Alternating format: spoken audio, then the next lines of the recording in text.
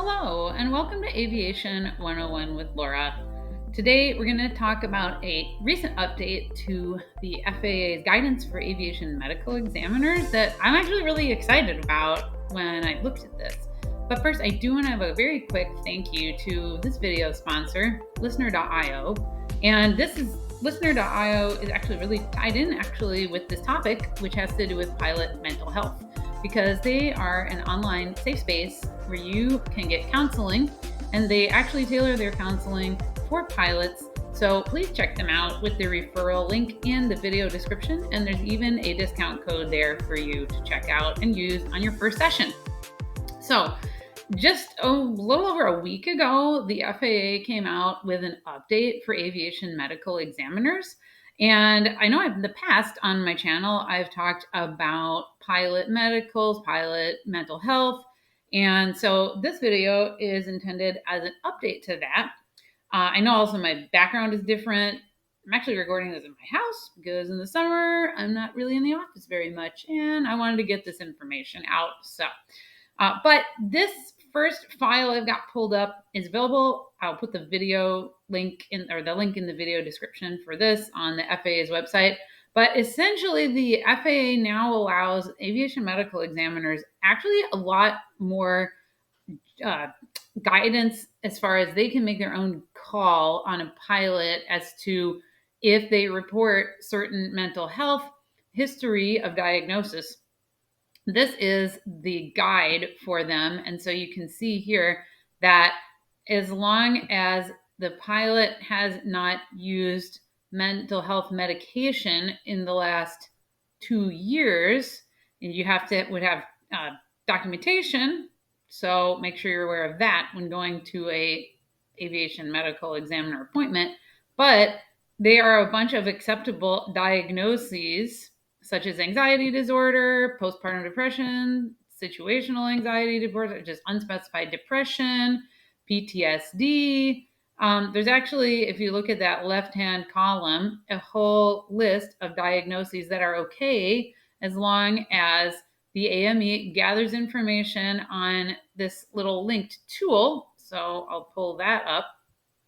You can look at this again. I'll put a link in the description. This is what the AME is told by the FAA to ask you if you report depression, anxiety when you go to your medical appointment. So here is the list of things they're going to ask.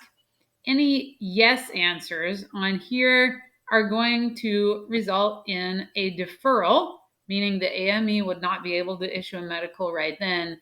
But you notice if you have not been taking medication for the diagnosis and you are able to answer no to all these questions, then the AME can actually give you your medical right then, which I think is awesome.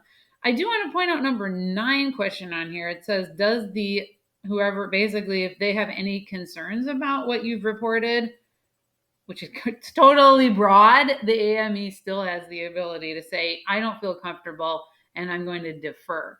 However, this does give the AME more ability to issue the medical, whereas in the past, if you put depression, it was immediate deferral. Whereas now, if you have not been taking any medication in the last 2 years, and you answer no to all these things, if you're able to answer no to all these things, then the AME can issue you a medical, which is really cool. Secondly, I do want to also say, make sure you're bringing documentation of your history, because the AME is going to want to see that, or otherwise it's likely that they will have concerns. See, going on to the number 9 question on this form. Secondly, I have in the past been talking a little bit about PTSD. I have had some students in the past who have been diagnosed with PTSD and they had issues getting a medical.